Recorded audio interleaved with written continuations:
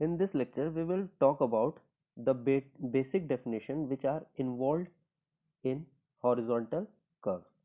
ठीक है, तो हम बात करेंगे कि क्या क्या पार्ट्स होते हैं, क्या क्या कंपोनेंट्स होते हैं, किस पॉइंट को क्या कहते हैं हॉरिजॉन्टल कर्व में। आइए हम उसकी बात करते हैं। ठीक है, तो हम देख रहे हैं जैसे कि ये आपकी एक स्ट्रेट पाथ थी।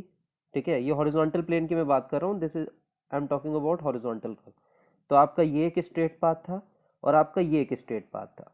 तो फॉर चेंज इन डायरेक्शन, ठीक है, तो फॉर चेंज इन डायरेक्शन यानी कि हमको यहाँ से इधर मूव करना था, तो हमने क्या प्रोवाइड करा, एक बेंड प्रोवाइड कर दिया, जिसी को हम कर्व कह रहे हैं और इसी को कर्व को हम कह रहे हैं हॉरिजॉन्टल कर्व। तो हमने एक हॉरिजॉन्टल कर्व प्रोवाइड कर दिया for change in direction. Clear है? तो एक स्ट्रेट पाथ ये था, एक स्ट्रेट पाथ ये था। क्लियर है? अब ये जो दोनों स्ट्रेट पाथ, ठीक है, यानी कि A V and B V, ठीक है, A V and B V जहां पे इंटरसेक्ट कर रहे हैं उस पॉइंट को हम वी कह रहे हैं।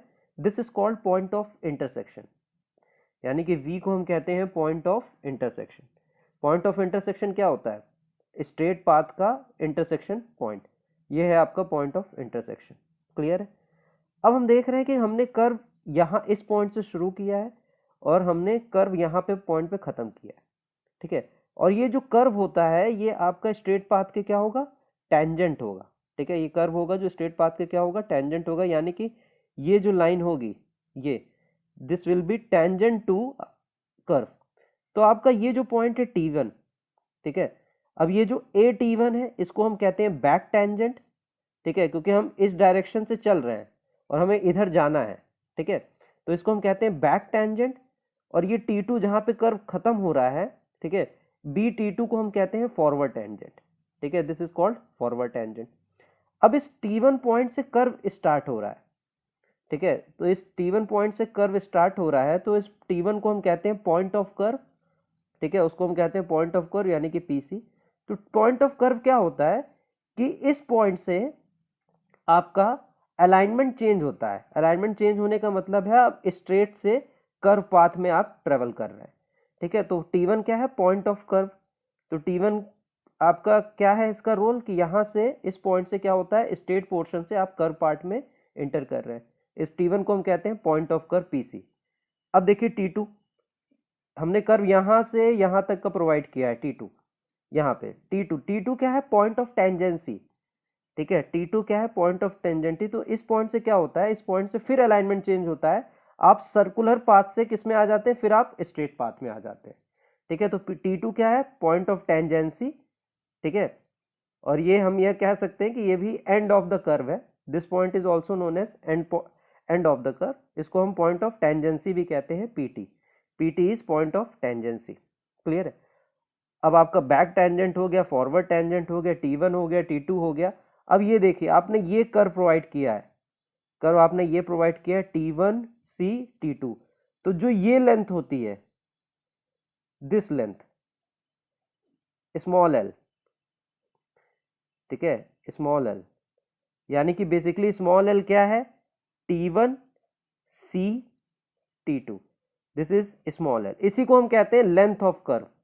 This is called length of curve, length of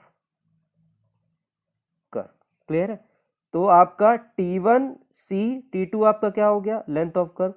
अब आप देखिए, आप अगर आप T1 और T2 को ज्वाइन करने वाली एक लाइन बनाइए तो ये बेसिकली एक कॉर्ड हो जाएगी। ठीक है, ये इस कर्व के लिए कॉर्ड हो जाएगी। इस कॉर्ड को हम कहते हैं लॉन्ग कॉर्ड। ठीक है, इस कॉर्ड को क्या कहते हैं हम, long chord. T1 T2 is long cord.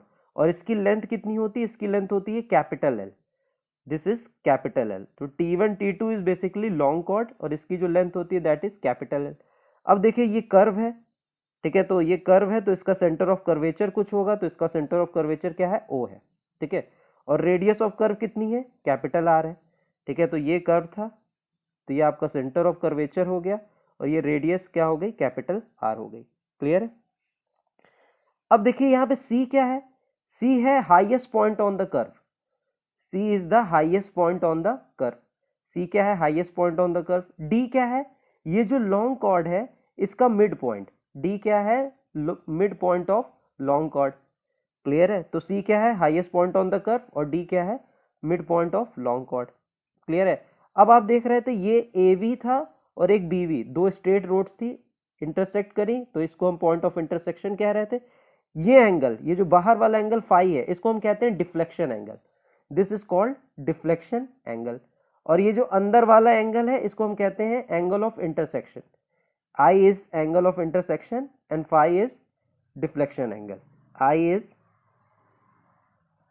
Angle of intersection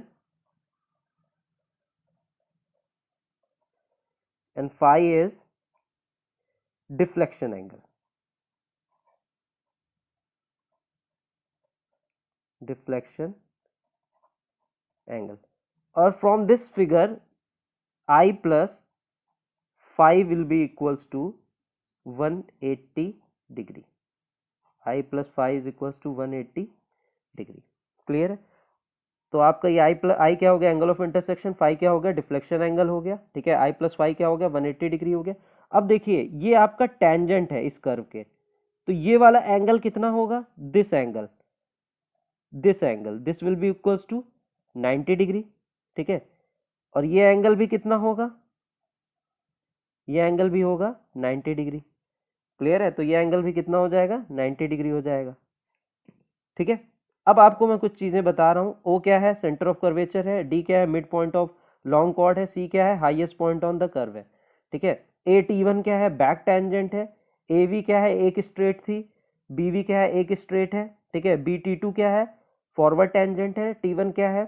point of curve. T two क्या है? Point of tangency. T one क्या होता है? यहाँ पे अलाइनमेंट क्या होता है? स्ट्रेट से कर्व में चेंज होता है। टी टू क्या है? यहाँ से अलाइनमेंट क्या होता है? कर्व से स्ट्रेट में चेंज होता है। यहाँ T1 से स्ट्रेट में कर्व में, और T2 से कर्व में स्ट्रेट में। तो ध्यान रखिएगा, T2 को हम पॉइंट ऑफ टेंजेंसी कहते हैं और T1 को हम पॉइंट ऑफ कर्व कहते हैं। क्लियर है? CD, ये जो डिस्टेंस है, the line joining the highest point on the curve and the mid point of long chord is known as mid ordinate. CD क्या है आपका? Mid ordinate. This is mid ordinate. ठीक है, the line joining the point of the line joining the point of highest point on curve and the mid point of long chord is mid ordinate. अब ये distance क्या है? VC। ठीक है, intersection point और highest point को join करने वाली लाइन को हम कहते हैं एपेक्स डिस्टेंस। ठीक है, CV को हम क्या कहते हैं? Apex distance. This is called apex distance. Confuse मत होइएगा, ये I क्या है? एंगल है। ये जो लाइन है ये VC, this is called apex distance. CD क्या है? आपकी मिड ऑर्डिनेट है। स्मॉल l क्या है? लेंथ ऑफ कर्व है। T1, C, T2। Capital L क्या है? लेंथ ऑफ कॉर्ड है, लेंथ ऑफ लॉन्ग कॉर्ड है। लॉन्ग कॉर्ड क्या होता है? T1 और T2 को जोड़ने वाली लाइन। ठीक है, O क्या है? सेंटर ऑफ कर्वेचर है। ठीक है, R क्या है? रेडियस ऑफ कर्व है। क्लियर है? तो ये आपकी कुछ बेसिक डेफिनेशंस हो गई ऑफ हॉरिजॉन्टल कर्व। आपको पूछा जाएगा T1 क्या? How will you define T1, या तो how will you define point of curve. तो point of curve is that point from which curves begin. यहां से कर्व स्टार्ट हो रहा है। या तो हम इसको ऐसे भी डिफाइन कर सकते हैं, यहां से आपका डायरेक्शन या तो अलाइनमेंट स्ट्रेट से कर्व में चेंज हो रहा है। T2 क्या है? जहां पे कर्व आपका एंड होता है। ठीक है, और यहां से यहां पे अलाइनमेंट क्या होता है? कर्व से स्ट्रेट में चेंज हो रहा है। O क्या है? Centre of curvature. R क्या है? Radius of curvature.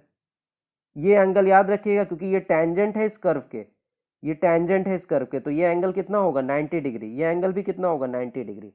क्लियर है? तो these are the basic definition of horizontal curve.